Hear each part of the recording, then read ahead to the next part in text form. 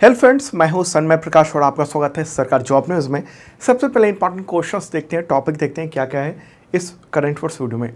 तो भारत ने अपने नागरिकों से कहा है कि ईरान और इजराइल न जाएं, एडवाइजरी जारी की है। आखिर क्यों हुआ है, ईरान और इजराइल के बीच में क्या हो रहा है, नए डेवलपमेंट, उसकी वजह से पूरे पश्चिम एशिया या कहें मिडिल ईस्ट में अस्थिरता का माहौल और ज़्यादा ख़राब हो गया है। और भी कई टॉपिक है, जैसे भारत में यूनिकॉर्न कंपनियों की संख्या कम हो गई है, एक रिपोर्ट आई है। हाउस होल्ड जो डेट है यानी ऋण है वो अपने उच्चतम स्तर तक पहुंच चुका है। जीडीपी का कितना प्रतिशत हो चुका है वो बात करेंगे।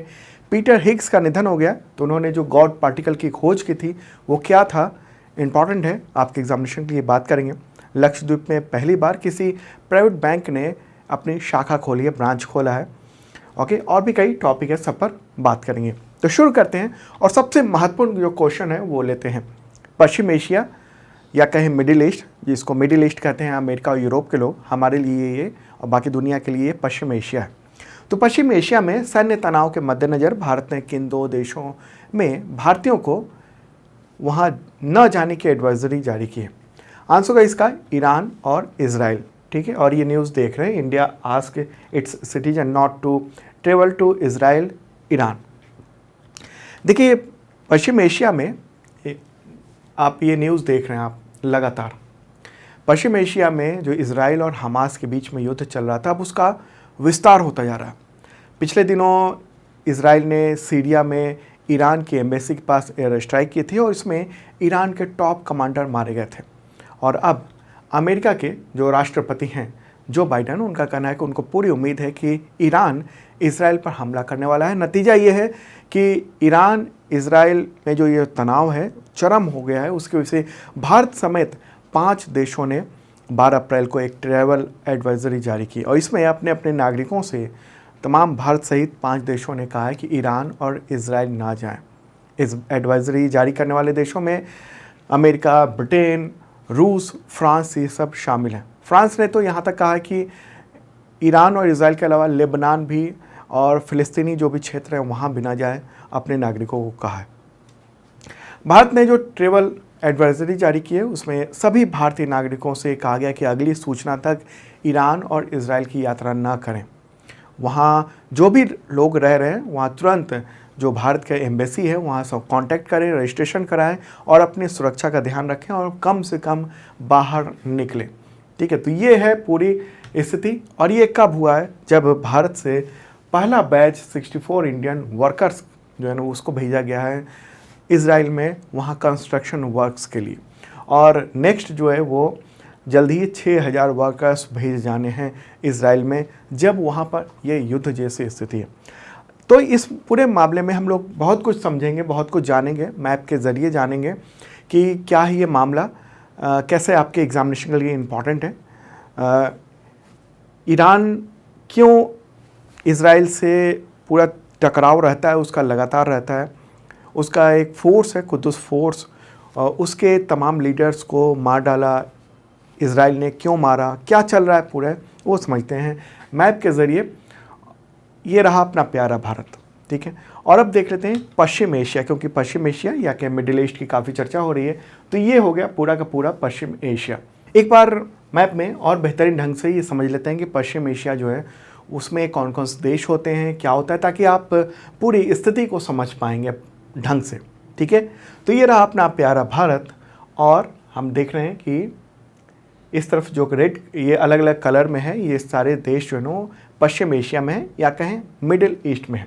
और ये कौन सा देश? ओमान है, इधर यमन हो गया, ओके, ये सऊदी अरेबिया हो गया, ये यहाँ पर यूएई है, यूनाइटेड अरब एमिरेट्स, इधर आपका कतर हो गया। ठीक है, फिर आगे बढ़ेंगे हम, यहाँ ये हो गया कुवैत। ठीक है, फिर यहाँ पर ये इराक हो गया, ओके, इसके बाद ये हो गया जॉर्डन, यहाँ से सटा हुआ, ये इजराइल हो गया और फ़िलिस्तीन के इलाके हो गए ये।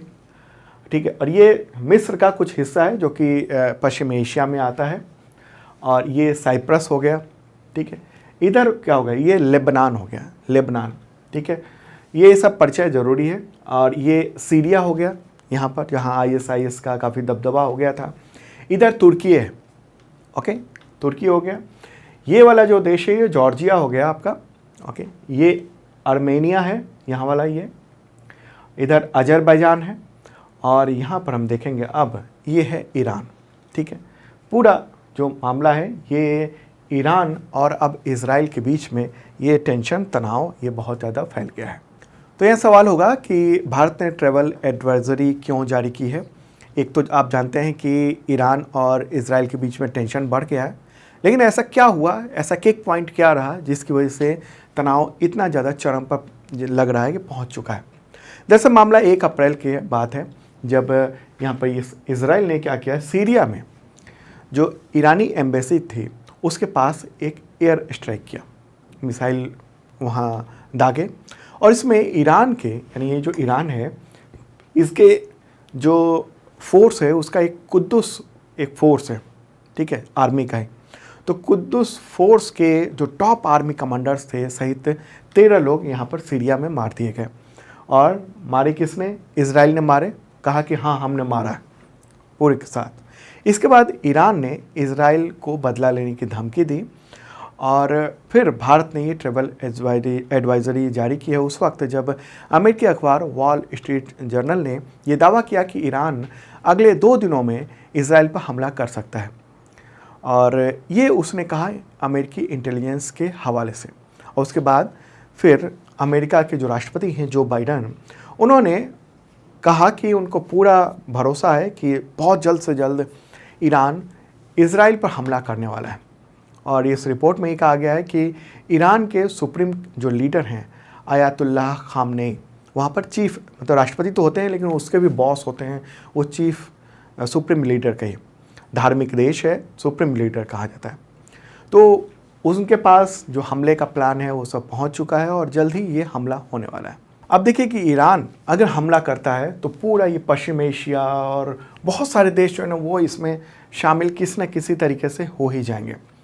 तो इस ईरान और इज़राइल के बीच में जो टेंशन है, बहुत हाई लेवल का टेंशन है, उसके बीच में अमेरिका के जो विदेश मंत्री एंटनी ब्लिंकन, उन्होंने सऊदी अरेबिया यहाँ पर, ठीक है, चाइना इस तरफ, ये है चाइना, और ये तुर्की, इन सब के विदेश मंत्रियों से बातचीत की और कहा कि ईरान हमला ना करे, वो देश उन ईरान से बात करें और हमला ना करें, ठीक। तो ईरान और इज़राइल के बीच में जो ये तनाव चल रहा है ना, ये केवल और केवल इन दोनों देश के बीच में नहीं रह गया है। ये पूरा मामला जो है ना काफ़ी तेज़ी से चारों तरफ ही भड़क रहा है और मतलब बहुत गंभीर स्थिति होती जा रही है। क्यों होती जा रही है? आप देखिए कि यहाँ इज़राइल है और इधर फ़िलिस्तीन का क्षेत्र है, गजा है, और इधर वेस्ट बैंक है। तो गजा पर जो शासन करता था हमास, उसने इज़राइल पर हमला किया था, फिर इज़राइल ने इतनी बुरी दशा कर दी है कि हालत ख़राब है। इसके समर्थन में, यानी हमास के समर्थन में कौन कौन आया? यहाँ जो लेबनान है वहाँ पर जो संगठन है हिजबुल्लाह, जो कि वहाँ के शासन प्रणाली में भी मौजूद है, उसके हस्तक्षेप है। तो हिजबुल्लाह उधर, इधर यमन, ये दोनों प्रमुख रूप से इज़राइल पर जो ना अटैक कर रहे हैं। इधर यमन में जो हूती विद्रोही हैं वो सब यहाँ जो जहाज़ जा रहे हैं इज़राइल और अमेरिका के, उस पर हमले करता है। इधर क्या है कि लेबनान जो है ना वो हम लगातार हमले कर रहा है। और अभी बस बहुत सारे कुछ, मतलब 12 तारीख की रात को भी, 12 अप्रैल की रात को भी लेबनान ने यहाँ पर हमला किया, ओके। अब आप कहेंगे कि सीरिया में क्या हुआ था मामला, तो ये इस मामले को समझने के लिए ये ज़रूरी है कि ईरान की जो फोर्सेस हैं वो क्या है। ईरान में एक कुद्दुस फोर्स है जो कि ईरानी रिवोल्यूशनरी गार्ड्स कॉर्प्स यानी IRCG की अर्ध सैनिक और खुफिया शाखा है।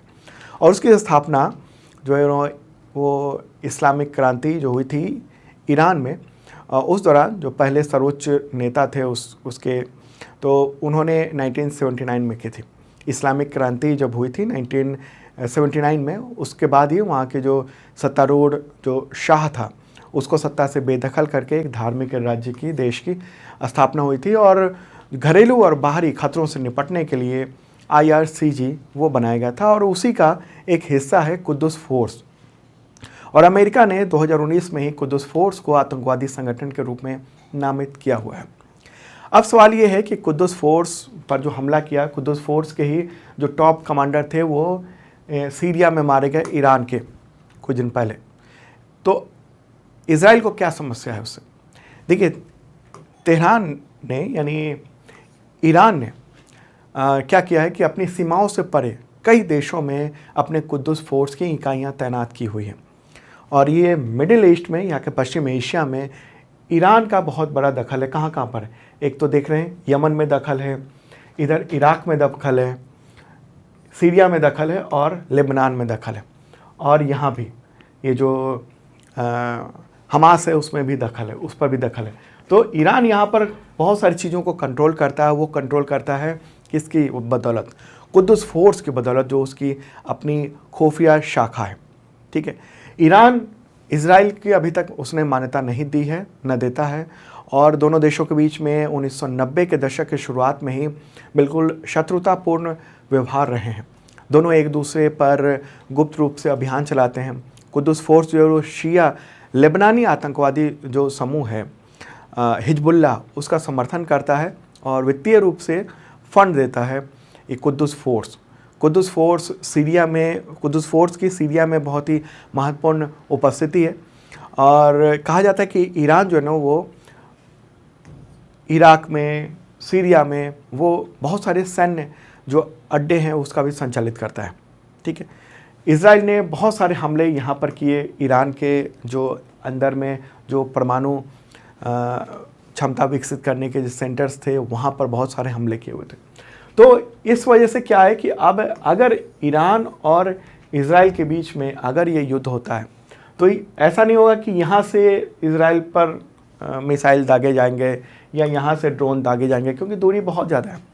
ईरान क्या करेगा? लेबनान, सीरिया और इराक में जो अपने सेंटर है वहाँ से इस पर हमले करेगा। और अगर ये होता है तो ईरान के पक्ष में कौन है? रूस है। ठीक है, ईरान के पक्ष में कौन है? चीन है। चीन और रूस के साथ बहुत ही बेहतर ईरान के रिश्ते हैं। और इस पूरे इलाके में जहाँ पर सीरिया में रूस की वजह से ही वहाँ के राष्ट्रपति अभी पद पर बने हुए हैं, उन्हीं की छत्र छाया की वजह से, रूस की, पुतिन की छत्र छाया की वजह से।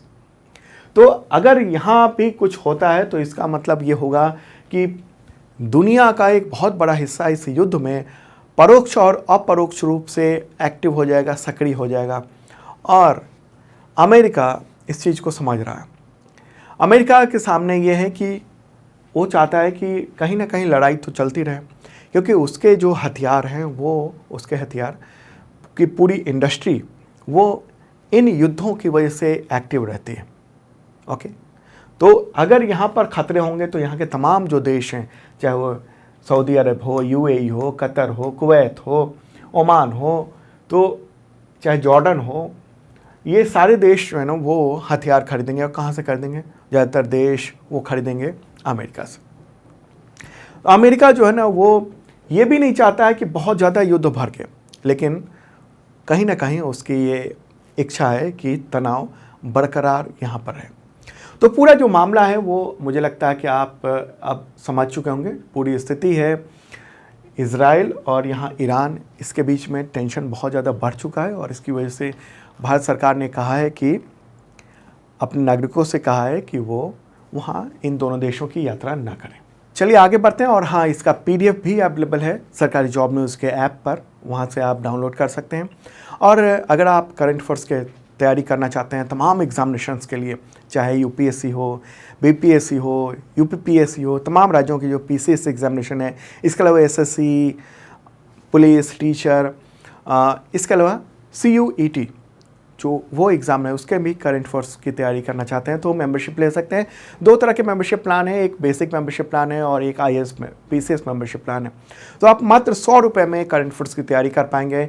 इससे सस्ता, इससे कम प्राइस पे आपको कहीं नहीं मिलेगा। एक टोकन मनी बस आपके लिए है, क्योंकि वो ऐप चलता है। ओके, तो इस मेंबरशिप के ज़रिए क्या क्या मिलता है आपको? पिछले 2 साल के कंटेंट मिल जाते हैं करंट अफेयर्स के, और अगले 6 महीने या 1 साल के कंटेंट आपको मिल जाएंगे। क्या क्या मिलेगा कंटेंट? तो वीडियो मिलेगा, PDF मिलेगा और करंट अफेयर्स का टेस्ट मिलेगा। और ये तीनों जो मिलेंगे वो डेली, वीकली, मंथली, क्वार्टरली मिलेंगे। ठीक है, और इसके अलावा जो PDF है वो कई तरीके का होता है, जैसे 1 लाइनर, MCQ नोट्स होता है, और पीडीएफ में वीडियो का लिंक भी होता है। तो जब भी आप पढ़ रहे हैं और आपको समझना है, जैसे यही पश्चिम एशिया का जो पूरा मुद्दा था ये समझना था, तो विजुअली आप बेहतर ढंग से समझ सकते हैं। तो पीडीएफ में उस लिंक पर क्लिक करेंगे और वो वीडियो ओपन हो जाएगा। ये खास बात है हमारी। तो इस वीडियो के डिस्क्रिप्शन में ऐप का लिंक दिया हुआ है, आप जाइए वहाँ पर और देखिए ऐप कैसा है, कैसे काम करता है। बहुत शानदार है, बहुत फास्ट ऐप है। उसके ज़रिए आपके करंट अफेयर्स की शानदार तैयारी हो जाएगी। ठीक है, इस वीडियो के डिस्क्रिप्शन में है, तो ज़रूर डाउनलोड कीजिएगा ऐप को। चलिए आगे बढ़ते हैं। अगला क्वेश्चन, आयरलैंड के सबसे युवा प्राइम मिनिस्टर कौन बने हैं? आंसर होगा साइमन हैरिस। क्या नाम है? Simon Harris. तो 9 अप्रैल को उनको नया प्रधानमंत्री बनाया गया। मात्र 37 ईयर के हैं, आयरलैंड के सबसे कम उम्र के प्रधानमंत्री हैं। उन्होंने किसकी जगह ली है? लियो वराडकर की जगह ली है। तो मैप के ज़रिए देख लेते हैं ये आयरलैंड है आखिर कहाँ पर। ठीक है, तो चलते हैं हम यूरोप की ओर। यूरोप में है ये आयरलैंड। ठीक है, और ये इस किसका पड़ोसी देश है? तो यूनाइटेड किंगडम का पड़ोसी देश है आयरलैंड। उसकी राजधानी क्या है? डबलिन। राष्ट्रपति यहाँ के माइकल डी हिगिंस। और जो प्राइम मिनिस्टर बन गए हैं वो कौन बन गए हैं? साइमन हैरिस बन गए हैं। मुद्रा यहाँ पर चलती है यूरो। ठीक है, ये वाला है आयरलैंड। आगे बढ़ते हैं, अगला क्वेश्चन लेते हैं अब हम। आइसलैंड के नए प्राइम मिनिस्टर कौन बने हैं? आइसलैंड के आंसर होगा बजरनी बेनेडिक्टसन। तो ये हैं नए प्राइम मिनिस्टर कहाँ के? आइसलैंड के। ठीक है, आइसलैंड के। और फोटोग्राफ भी दिखा देना चाहता हूँ, ये रहे। इससे पहले वो आइसलैंड के विदेश मंत्री थे और अब उन्होंने ये पद नया प्राइम मिनिस्टर का लिया है। और किसकी जगह ली है? तो कैटरीन जोको बदोस्तिर उनकी जगह ली है। ठीक है, वहाँ पर ये। तो अब आइसलैंड को भी देख लेते हैं मैप के ज़रिए। ये प्यारा भारत है। और चलते हैं यूरोप की ओर, वो भी नॉर्डिक कंट्रीज़ की ओर। आइसलैंड जो है वो एक नॉर्डिक द्वीपीय देश है। नॉर्डिक में ये कई सारे नॉर्डिक होते हैं। नॉर्डिक में डेनमार्क, नॉर्वे, स्वीडन, फिनलैंड, इधर आइसलैंड है। ठीक है, ग्रीनलैंड तो खैर डेनमार्क का ही उसकी टेरिटरी में ही आता है। तो ये है आइसलैंड, द्वीपीय देश है।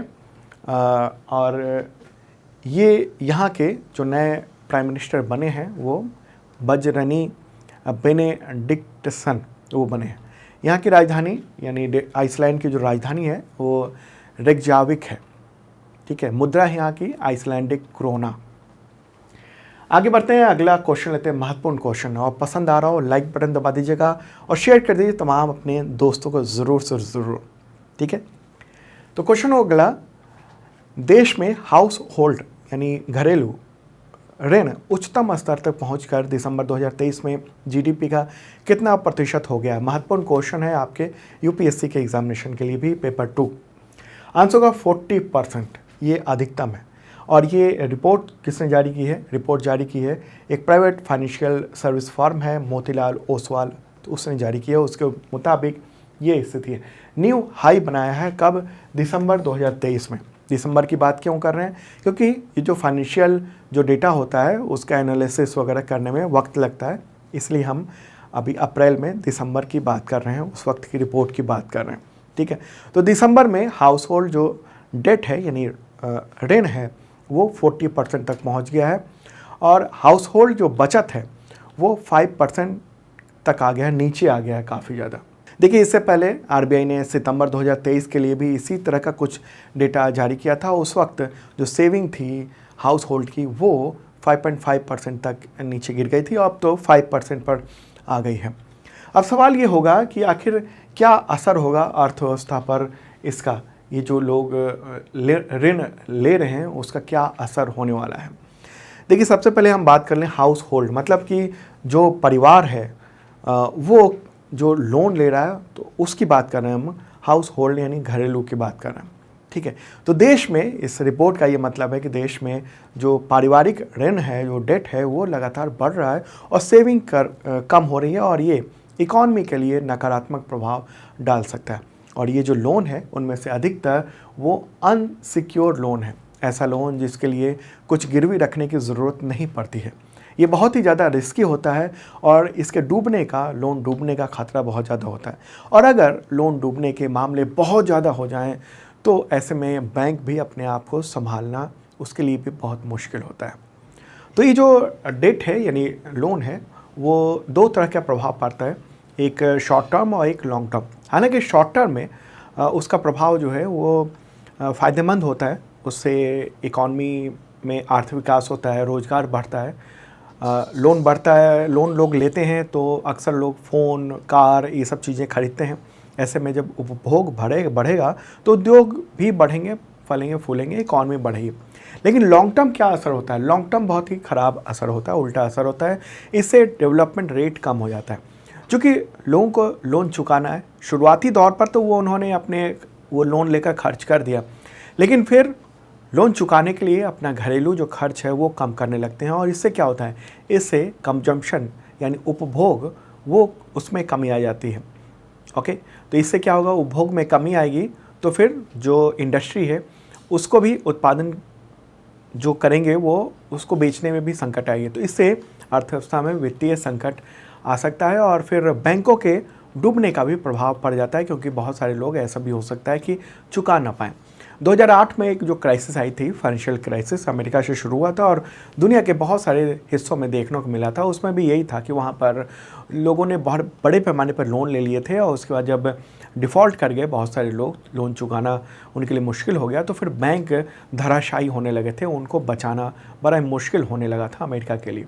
और पिछले बार जो नोबेल प्राइज़ मिला था वो इसी सब के बात के लिए मिला था कि बैंक बहुत संवेदनशील होते हैं इस पूरे चीज़ को लेकर, लोन को लेकर। ठीक है, चलिए आगे बढ़ते हैं, अगला क्वेश्चन लेते हैं। राष्ट्रीय सुरक्षित मातृत्व दिवस कब मनाया जाता है? आंसर का 11 अप्रैल को। ठीक है, ये दिन राष्ट्रपिता महात्मा गांधी की पत्नी कस्तूरबा गांधी की जयंती भी होती है इसी दिन को। 2003 में व्हाइट रिबन अलायंस की पहल पर भारत सरकार ने 11 अप्रैल को ये तय कर दिया था राष्ट्रीय सुरक्षित मातृत्व दिवस। अगला क्वेश्चन बहुत ही महत्वपूर्ण है। भौतिक वैज्ञानिक यानी फिजिसिस्ट पीटर हिग्स का निधन हो गया 8 अप्रैल 2024 को। तो उन्हें किस खोज के लिए वर्ष 2023 में नोबेल प्राइज़ मिला था? और उसको गॉड पार्टिकल भी कहते हैं। आंसर का इसका हिग्स बोसोन पार्टिकल। क्या है? हिग्स बोसोन पार्टिकल, इसको गॉड पार्टिकल भी कहते हैं। और ये माना जाता है कि पूरी सृष्टि या ब्रह्मांड का निर्माण जो है ना वो इसी पार्टिकल की बदौलत हुआ है। ठीक है, तो पीटर हिग्स न्यूज़ देख रहे हैं आप, उनका निधन हो गया 94 ईयर की उम्र में। ब्रिटिश फिजिसिस्ट थे और उन्होंने इसकी खोज की थी, हिग्स बोसोन पार्टिकल के बारे में पहली बार तथ्य दिया था और फिर बाद में कई सालों बाद ये बात सामने आई है। ओके, और इसी के लिए उनको नोबेल प्राइज़ मिला था 2013 में फिजिक्स का। ठीक है, कि ये जो बिग बैंग के बाद जो सृष्टि की रचना हुई वो कैसे हुई? तो यही जो हिग्स बोसोन पार्टिकल है उसकी वजह से हुई। आपको पता होगा कि बिग बैंग जो है ना वो एक बिंदु से शुरू हुआ था। बिग बैंग सिद्धांत के मुताबिक ब्रह्मांड की शुरुआत एक बिंदु से हुई थी और वो बिंदु परमाणु से भी छोटा था। इस बिंदु पर पदार्थ, ऊर्जा, स्थान और समय, उस सबका कुछ भी अस्तित्व नहीं था। बिग बैंग सिद्धांत के अनुसार ब्रह्मांड में मौजूद सभी जो पदार्थ हैं, ऊर्जा है, वो एक साथ सिमट कर एक बिंदु पर आ गई थी और इसके बाद ब्रह्मांड का फिर विस्तार हुआ और उस बिंदु से ही विस्तार होते होते ये ब्रह्मांड, अभी लगातार ब्रह्मांड फैलता जा रहा है, बिग बैंग हो रहा है। और एक समय ऐसा आएगा जब वो ब्रह्मांड की फैलने की रफ्तार बंद हो जाएगी, फिर वो सिकुड़ने लगेगा और फिर एक बिंदु यानी एक परमाणु के बराबर का ही हो जाएगा पूरा ब्रह्मांड और फिर से वो चीज़ें होंगी।